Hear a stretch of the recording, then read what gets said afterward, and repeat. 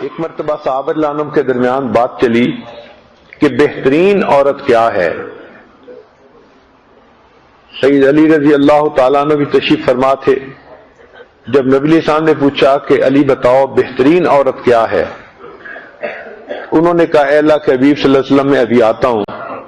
چنانچہ وہ گھر گئے اور گھر جا کر سیدہ فاطمہ الزہرا رضی اللہ تعالیٰ عنہ خاتون جنت سے یہ سوال کیا کہ بہترین عورت کیا ہے۔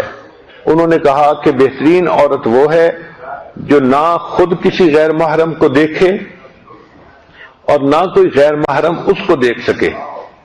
انہوں نے آ کر یہ جواب جب رسول اللہ صلی اللہ علیہ وسلم کو بتایا تو نبی علیہ السلام نے خوشی کا اظہار فرمایا اور فرمایا فاطمہ بدعۃ منی، فاطمہ تو میرے دل کا ٹکڑا ہے۔ تو سب سے بہتر عورت وہ ہے نہ غیر محرم کو خود دیکھے نہ غیر محرم کو دیکھنے کا موقع دے، بچائے۔ سیدہ فاطمہ الزہرا رضی اللہ تعالیٰ عنہ جو خاتون جنت تھیں، انہوں نے تو مرتے ہوئے وصیت فرمائی تھی کہ جب میری موت ہو جائے تو میرا جنازہ دن کی روشنی میں نہ نکالا جائے۔ کیوں؟ جنازہ تو کپڑے میں لپٹا ہوتا ہے۔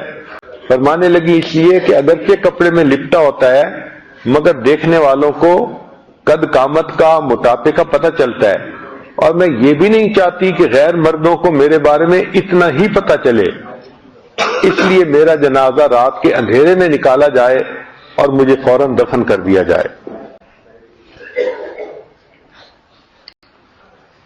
پھر اس بچی کی جب عمر 20 سال ہو جائے تو ماں باپ کی یہ کوشش رہنی چاہیے کہ جلدی سے جلدی نکاح کر دیا جائے۔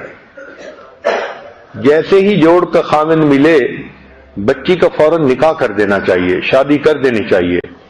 بعض جگہوں پہ ایک مصیبت آ گئی ہے کہ جی بچی کو ڈگری مکمل کروانی ہے، اس نے چارٹرڈ اکاؤنٹنٹ بننا ہے، اس نے کمپیوٹر ڈیزائنر بننا ہے، ویب ڈیزائنر بننا ہے، فلاں بننا ہے، اور اس میں پھر کئی مرتبہ اپنی بچیوں کو بیرون ملک بھی بھیج دیتے ہیں۔ اب جو بچی رہنے والی ہے لوساکا کی اور اکیلی پڑھنے کے لیے چلی گئی ہے ساؤتھ افریقہ کی یونیورسٹی میں، وہاں ہاسٹل میں رہتی ہے اور وہاں پر سارا دن ایسی یونیورسٹی میں پڑھتی ہے جہاں لڑکے اور لڑکیاں اکٹھے ہیں، تو ماں باپ کو نیند کیسے آتی ہے، سکون کیسے ہوتا ہے کہ وہ بچی وہاں پر محفوظ ہوگی؟ ان بچیوں کے لیے بہت مشکلات ہوتی ہیں۔ چنانچہ اگر ان کے اندر کے حالات معلوم ہوں تو پتہ چلتا ہے کہ ماں باپ ان کو بھیج کر غلطی کرتے ہیں۔ اکثر بچیاں وہ کسی نہ کسی گناہ میں کسی نہ کسی حد تک ملوث ہو جاتی ہیں۔ تو بچی کے لیے عزت و عصمت کی حفاظت افضل ہے بنسبت یونیورسٹی کی تعلیم کے کہ وہ جا کر اکیلی پائے۔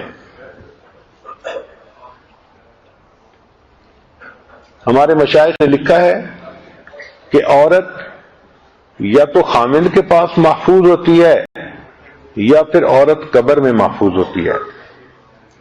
ان دو جگہوں کے علاوہ عورت کہیں بھی محفوظ نہیں ہوتی۔ تو اس لیے جب بچی ہو تو کوشش یہ کی جائے کہ جیسے ہی وہ جوانی کی عمر کو پہنچے تو جتنا جلدی ہو اس کی شادی کر دی جائے۔ ہمارے اکابر اس بارے میں اتنی سختی کرتے تھے کہ اگر کسی گاؤں میں کوئی ایسا بندہ ہوتا کہ جس کی بیٹی جوان ہو گئی اور وہ رشتہ نہیں کر رہا ہوتا تھا تو اس بندے کے کنویں سے پانی نہیں پیا کرتے تھے، کہتے تھے ہم تو اس کے کنویں سے ہی پانی نہیں پیتے، اس نے بیٹی کو گھر کیوں بٹھایا ہوا ہے، شادی کیوں نہیں کر رہا۔ جو بچی عزت و آبرو کی حفاظت کرتی ہے، سب سے پہلی بات کہ اللہ کے ہاں مقبول ہوتی ہے اور اللہ تعالیٰ اس کی دعاؤں کو قبول فرماتے ہیں۔ چنانچہ مشہور واقعہ ہے، سارا شہر کے لوگ دعا مانگ رہے تھے، بارش نہیں ہو رہی تھی۔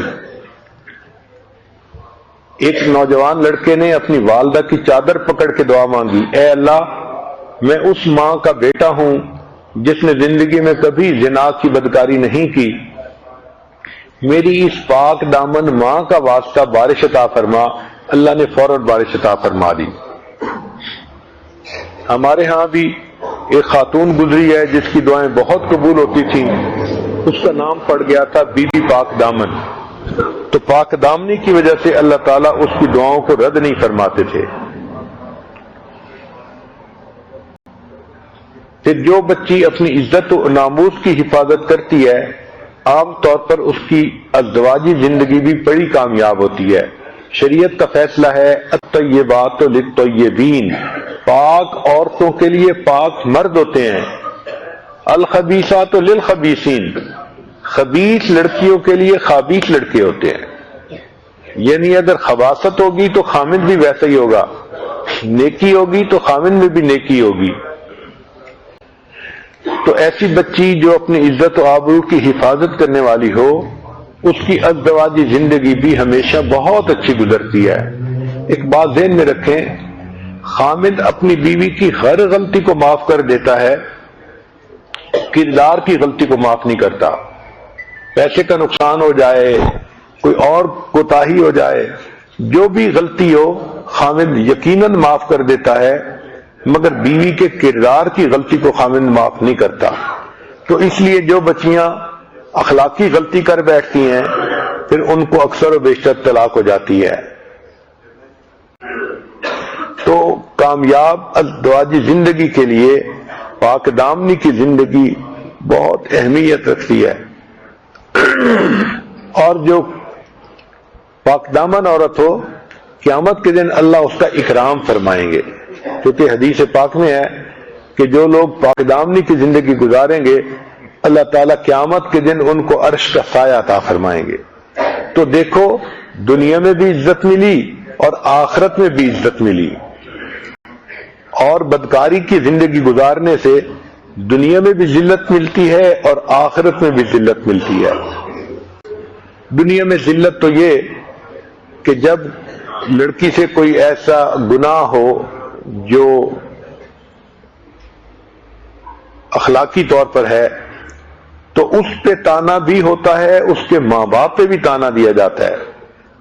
اور ابھی شاید ایک آدھ دن پہلے میں نے کسی بیان میں یہ بات کی کہ بی بی مریم جب اپنے بیٹے کو لے کے قوم کی طرف آئی تو قوم حیران تھی کہ یہ بچی تو اعتکاف میں بیٹھنے والی، اتنی نیکی کرنے والی اور اللہ کی عبادت کرنے والی بچی، یہ کنوارے پن میں اپنا بیٹا لے کے کیسے آ گئی؟